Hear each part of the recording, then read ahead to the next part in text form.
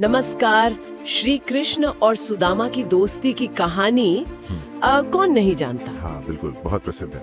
कैसे वो गरीबी में थे सुदामा, फिर द्वारका पहुँचे, मुट्ठी भर वो चूड़े दिए भेंट में। हाँ पोहे। और कृष्ण ने बिना मांगे ही उन्हें मतलब अपार संपत्ति दे दी।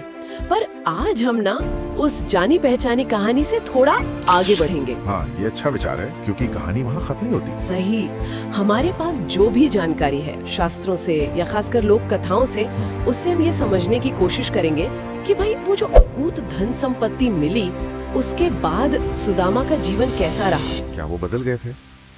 ये एक बड़ा सवाल है। वही तो। और इसमें श्री कृष्ण की भूमिका क्या थी बाद में? असली पड़ताल तो शायद यहीं से शुरू होती है। बिल्कुल। कहानी का ये हिस्सा अक्सर कम सुनाया जाता है, पर ये बहुत महत्वपूर्ण है। जब सुदामा द्वारका से लौटे और देखा कि उनकी झोपड़ी की जगह एक भव्य महल खड़ा है, सोचकर ही अजीब लगता होगा। हाँ। लेकिन क्या ये बाहरी बदलाव उनके अंदर भी कोई फर्क लाया? मेरे ख्याल से ये सबसे बड़ा सवाल है। खासकर जो लोक परंपराएं हैं, वो इस बात पर बहुत जोर देती हैं कि सुदामा का बाहर बदला, भीतर नहीं। अच्छा। महल मिला, हाँ, धन दौलत मिली, इसमें कोई शक नहीं, पर सुदामा वो सुदामा ही रहे। वैसे ही विनम्र, संतोषी और सबसे बढ़कर श्री कृष्ण के अनन्य भक्त। उनका हृदय पहले जैसा ही निर्मल और भक्ति में रमा रहा। अच्छा, अगर हम प्रामाणिक ग्रंथों की बात करें, जैसे भागवत पुराण है या महाभारत, तो क्या उनमें सुदामा के बाद के जीवन के बारे में कुछ मिलता है? मतलब विस्तार से? हाँ, देखिए, उनका जो मुख्य उद्देश्य है वो कृष्ण की भक्त वत्सलता दिखाना है, मित्रता का आदर्श। हाँ, और भक्ति की महिमा। बिल्कुल, भक्ति की महिमा दिखाना है। इसीलिए सुदामा ने उस धन का क्या किया, उनका बाकी जीवन कैसे बीता, उनके वंश का क्या हुआ, मृत्यु कैसे हुई, इसका विस्तृत वर्णन इन मुख्य ग्रंथों में आमतौर पर नहीं मिलता। अच्छा। कथा का फोकस कृष्ण की कृपा और सुदामा की भक्ति पर ही खत्म हो जाता है ज्यादातर। तो मतलब प्रामाणिक शास्त्रों में आगे ज्यादा वर्णन है नहीं। फिर हमें उनके बाद के जीवन की जानकारी मिलती कहाँ से है? क्या ये सब सिर्फ कल्पना है? नहीं, कल्पना तो नहीं कहेंगे इसे। लोक परंपरा और जो क्षेत्रीय कथाएं हैं वो इस कहानी को आगे बढ़ाती हैं, खासकर गुजरात में, जहाँ पोरबंदर को सुदामापुरी मानते हैं। हाँ, सुना है। और उत्तर भारत में भी कई लोक कथाएं चलती हैं, और ये कथाएं आप देखेंगी लगभग एक मत से यही कहती हैं कि सुदामा ने उस वैभव को ईश्वर का प्रसाद मानकर लिया।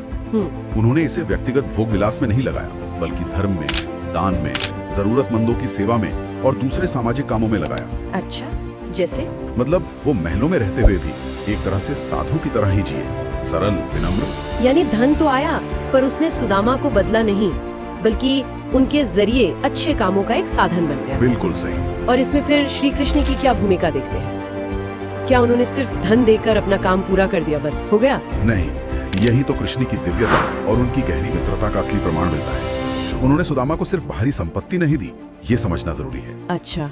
उन्होंने साथ में वो आंतरिक विवेक, वो समता का भाव भी दिया, जिससे सुदामा उस अकूत ऐश्वर्य के बीच रहकर भी अहंकार से, मोह से या आसक्ति से बचे रहे। वाह। कृष्ण ने एक तरह से ये सुनिश्चित किया कि ये वैभव सुदामा के लिए कोई बंधन न बने, बल्कि उनकी भक्ति और सेवा का साधन बन जाए। मेरा मानना है कि कृष्ण का असली दान शायद वो धन नहीं था, बल्कि उस धन को संभालने और उसमें रहते हुए भी अलिप्त रहने की क्षमता देना था। वाह, ये तो बिल्कुल ही अलग दृष्टिकोण है। मतलब कृष्ण ने उन्हें सिर्फ अमीर नहीं बनाया, बल्कि उस अमीरी को सही तरह से संभालने की, बचाने की शक्ति भी दी। बिल्कुल बिल्कुल।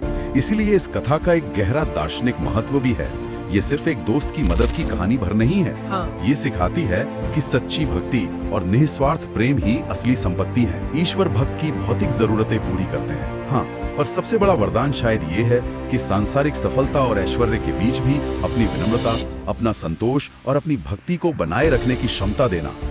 सुदामा की कहानी का सार धन प्राप्ति में उतना नहीं है जितना उस धन के बीच भी कृष्ण भक्ति में अटूट बने रहने में है। तो अगर हम आज की चर्चा को समेटें, तो मुख्य बात ये निकल कर आती है कि ठीक है, प्रामाणिक शास्त्र सुदामा के धनवान होने के बाद के जीवन पर ज्यादा प्रकाश नहीं डालते। हाँ, ये सही। लेकिन जो लोक परंपराएं हैं और जनमानस है, वो दृढ़ता से ये मानता है कि वे अंत तक सरल, विनम्र और कृष्ण भक्त बने रहे, और जो संपत्ति मिली उसका उपयोग केवल परोपकार और धर्म के कामों में किया। बिल्कुल सही कहा। और इस पूरी कहानी का जो केंद्रीय संदेश है, जो सार है, वो यही उभरता है कि सच्चा प्रेम और अटूट भक्ति ईश्वर को इतनी प्रिय होती है कि वे भक्त की हर भौतिक कमी तो पूरी करते ही हैं, पर साथ ही उसे वो आंतरिक शक्ति और विवेक भी देते हैं जिससे वो सांसारिक वैभव के शिखर पर पहुंचकर भी अपने मूल स्वरूप और भक्ति पद से कभी दिखता नहीं है। धन साधन है, भक्ति साध्य। हाँ, धन साधन है, भक्ति साध्य। और जाते जाते हमारे सुनने वालों के लिए एक विचार छोड़ जाते हैं।